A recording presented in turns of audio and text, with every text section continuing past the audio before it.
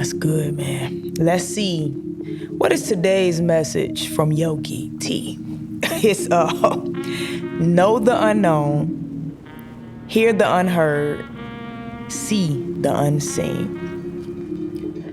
This your girl Aina Brion, and today I want to talk about why I think it's harder for some people to manifest the life that they truly desire, man. And the reason why I wanted to make this video and touch on this topic is because I recently started making some breakthroughs, man. Your girl done got a reoccurring acting role on a major TV show. Can't say the name, of course. I also landed a guest star role. It's just one episode in a show that I really enjoy watching. And I've been wanting to work with this person for a long time. I can't say the name of that neither. Even though it's one episode, my goal is to manifest them writing me back in to the show because it is a significant piece. I've also landed 2 contracts with McDonald's. Shout out to my girl Candace. I'm finally getting this breakthrough, right? And I know it's because of the discovery that I made. And I touched on this on Instagram briefly, okay? The reason why I think it's harder for some people to manifest the life that they truly desire is because they do not feel that they deserve the life that they truly desire. Like deep down when you think about it, right? Because sometimes we get so caught up into the acts of things. We don't acknowledge how we truly feel, where our feelings truly lies, right? Fear is a strong emotion. And you need emotions when it comes to manifesting. That's energy and motion. This is how you will things your way. And a lot of our emotions are magnified in areas that we don't want to manifest. Because y'all know we manifest every single day, right? Fear is strong, and a lot of us operate out of fear. A lot of us, we don't step into unknown territories out of the fear of failure, out of the fear of rejection. And when you feel like things are gonna go left, it's really hard for things to go right because all of your emotions is magnified in the area of fear. So you attract more of what you don't want because your emotions are so strong on that side of the fence. A lot of us don't feel like we deserve the life that we desire. Like deep down, there's many things to factor in, right? The environment I grew up in, I didn't personally see anybody doing anything that they were passionate about, like really following the light that was assigned to them, like really walking in a purpose and being successful in that way. We had options in front of us that were limited to choose from. That's kind of hard to see something that's not in front of you, especially when you know nothing about the third eye, which I refer to as the first eye, because I feel like that's the eye that saw everything before these 2 eyes could see anything, right?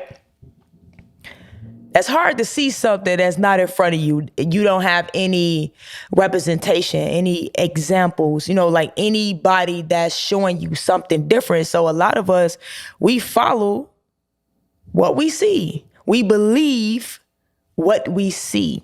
And when it comes to faith, man, you have to believe in stuff you can't see. You have to believe in stuff that's not in front of you. It's like, who taught us how to really use our imagination? Who taught us that? Another thing to factor in is the lack of support that I had growing up.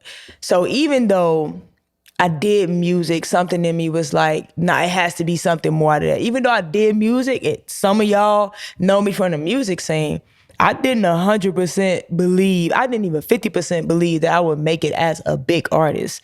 Music started off as therapy for me. It was like my first form of communication. Like, this is how I was able to release without me knowing that it was therapeutic. I was doing it because I needed to communicate my feelings. I didn't have that type of environment where we talked, you know what I mean? Like, we really communicated effectively. I didn't have that type of environment. I didn't grow up in that type of environment.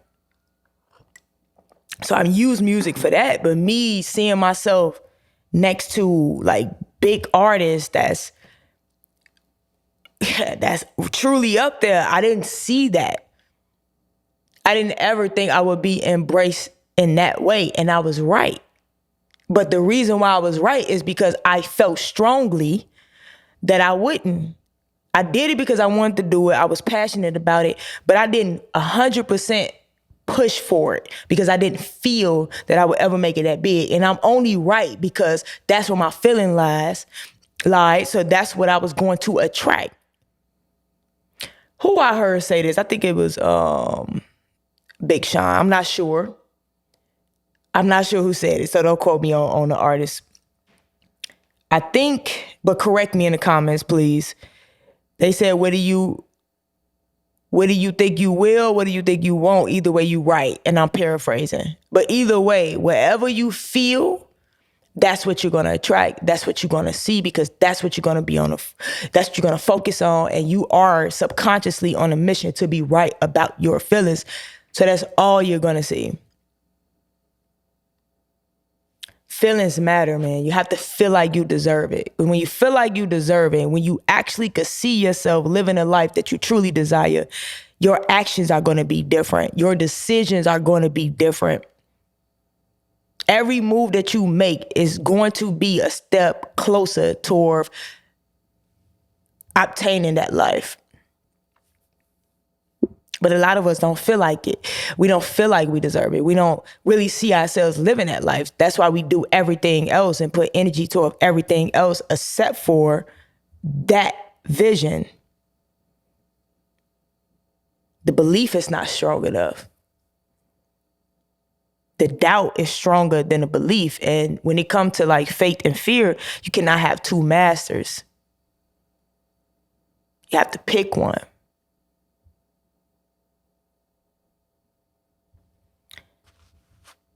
Maybe it's because of another thing to factor in is forgiveness. Like on my end, I had to forgive myself for a lot of things that I feel like wasn't so favorable that I didn't want to really be known for, or I didn't want that under my name, but I've made some bad decisions in my life. And for a long time, that's where my mind was at. Like, I did this. I didn't think God was rocking with me for a long time because of some of the decisions that I made in my life, right? I had to really remove myself from that energy and understand that, you know, every experience you can expand from if you choose to. Like, you don't have to let it keep you in that same space and that under that same frequency. You can't outgrow that space from everything that you learn from that experience. So a lot of the times, you know, why it's hard for us to manifest is because the environments that we grew up in, things that were done to us, things that we've seen, things that we've done. A lot of us don't think that we are worthy of anything more or any frequency higher than that frequency. And I'm here to tell you right now that you are. You are worthy. You do deserve it. But you have to disconnect. You have to let go of those people that told you couldn't. You have to let go of yourself that believed those people that told you that you couldn't. You have to let go of any event that's taking up space in your mind and in your heart that's not allowing enough room for those blessings to come through. You have to create space for it. So there's a cleanup that must take place. And I had to go through that process, like especially forgiveness. For me to sit here and believe that God wasn't rocking with me because of things that I've done, as if God is not forgiving, who am I to not forgive myself? As long as I make good out of anything that I've done, meaning growing, learning from those experiences. As soon as I did that, because I was not going to wait on forgiveness. And I think for a long time, that's what I was subconsciously doing. I was waiting on people to say, oh, you good. Oh, we forgive you. Oh, no, we see you. I had to see myself. I had to forgive myself. I had to grow from what I've done. That broke me from that karmic cycle, that karmic debt, that freed me from that. Growing and then starting to make wiser decisions because wisdom came from those experiences. So I started making wiser decisions. When I started making wiser decisions, I started creating good karma. So it was just racking up on it. It was waiting on me to say, hey, forgive yourself.